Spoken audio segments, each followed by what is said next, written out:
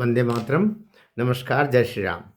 एक ऐसी लड़की जो 20-21 साल में जिसका पति उसके छोड़ गया, एक बच्चा उसका रहा, वो दूसरे धर्म की थी, इस्लाम की।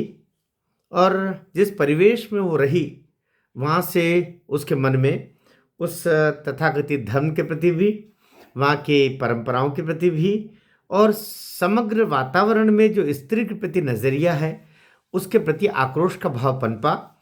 और वह लड़की कालांतर में भले ही विवाह हो गया था उसका और एक संतान भी हो गई थी, लेकिन पति भी जा चुका था छोड़ करके, और उसने अपने भीतर उस आक्रोश को बनाए रखा। और उसके 15 वर्ष तक निरंतर वो सनातन की ओर उन्मुख हुई, हिंदू धर्म की ओर उन्मुख हुई। वो पश्चिम बंगाल के कलकत्ता नगर में भारतीय जनता पार्टी के विचारों से प्रेरित होकर के और उसकी कार्यकर्ता बनी। कार्यकर्ता बनने के साथ में, चूँकि वह पढ़ी लिखी लड़की थी, वकील बनी। वकील भी छोटी मोटी नहीं, वह हाई कोर्ट प्रकारांतर से सुप्रीम कोर्ट की वकील बनी। वो हलाला के खिलाफ आवाज़ उठाती रही, वो 3 तलाक के खिलाफ आवाज़ उठाती रही। और उसने फिर बाद में ये भी घोषणा कर दी कि मैं किसी हिंदू लड़के से शादी करूंगी। मेरी लायक, मेरी पसंद का लड़का जिस दिन होगा, मुझे तो खुशी होगी कि मैं उससे शादी करूं, उसका उसके उसका सिंदूर अपनी मांग में सजाऊं। सभी सनातनियों को, ख़ास तौर से लड़कों को, बड़ा अच्छा लगा कि ये एक अच्छा वातावरण बन रहा है। और जो लड़कियां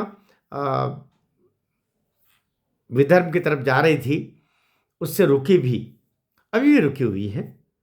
लेकिन कालांतर में मैं उस नाजिया खान के बारे में बात कर रहा हूँ।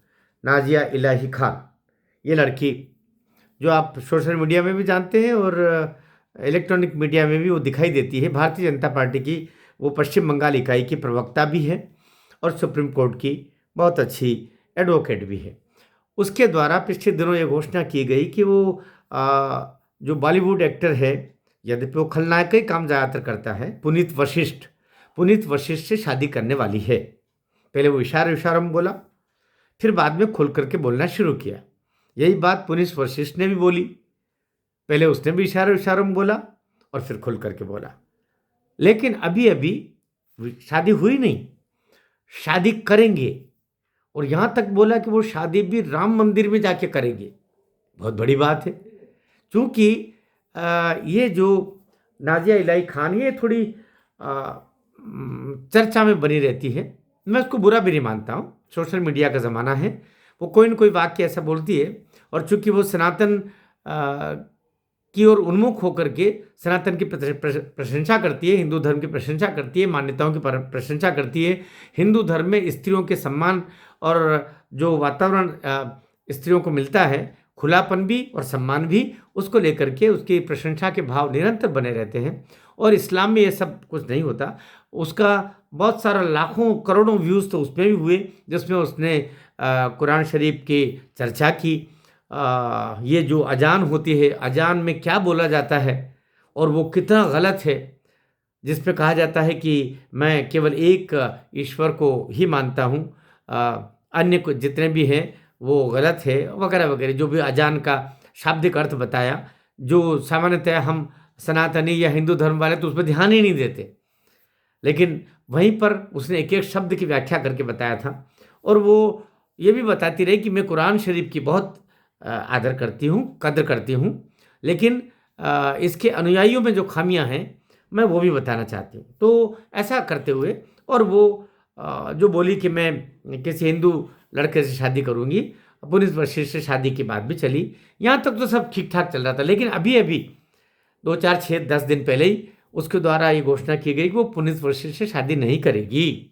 अब पुनीत वशिष्ठ कौन? बॉलीवुड का एक एक्टर जो खलनायकी का काम करता है। कुछ 2, 4, 6 फिल्मों में साइड एक्टर के रूप में आया भी। उसकी एक ऑस्ट्रेलियन पत्नी बताई जा रही है जो गोवा में रहती है, जो इससे अभी उसका तलाक नहीं हुआ है। अब बात आ रही है, जो महत्वपूर्ण बात मैं बोलना चाह रहा हूँ कि उसका तलाक नहीं हुआ, पुनीत वशिष्ठ का, उस जो पत्नी उसकी है ऑस्ट्रेलियन बताई जा रही है, और इसका तो चूंकि पति है ही नहीं, तो ये शादी करने के लिए आगे बढ़े। एक लड़का भी उसका है, लगभग 15 साल का लड़का है,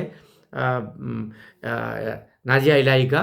तो वो भी बच्चा भी उसको पिता के रूप में मानेगा, स्वीकार करता है, और वो भी उसको पुत्रवत स्वीकार कर रहे थे। सब कुछ ठीक चल रहा था, लेकिन अचानक नाजिया इलाही का ये कहना कि मैं उससे शादी अब नहीं करूंगी, क्योंकि उन्होंने अपनी पूर्व पत्नी को अभी तलाक नहीं दिया है।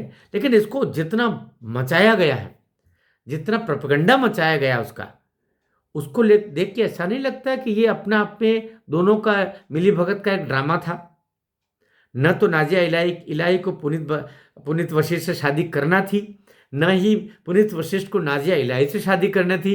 दोनों को ही पब्लिसिटी गेन करना थी, दोनों ने पब्लिसिटी गेन कर ली, और हम हाथ मलते रह गए कि ये शादी होने वाली है और हमें बताशे मिलेंगे वहाँ पर। ये बताशे के रूप में एक पब्लिसिटी ज़रूर मिली। आपका इस संदर्भ में क्या कहना है, मुझे अवश्य टिप्पणी में बताइए। ये आकलन क्या कहता है? ये केवल एक बनाया हुआ ड्रामा था जो यहाँ तक जाएंगे और हम मुड़ जाएंगे, या ये अभी इंटरवल है जहाँ शेष अभी कथा होनी शेष है?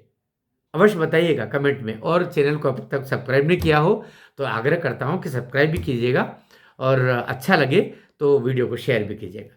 भारत माता की जय।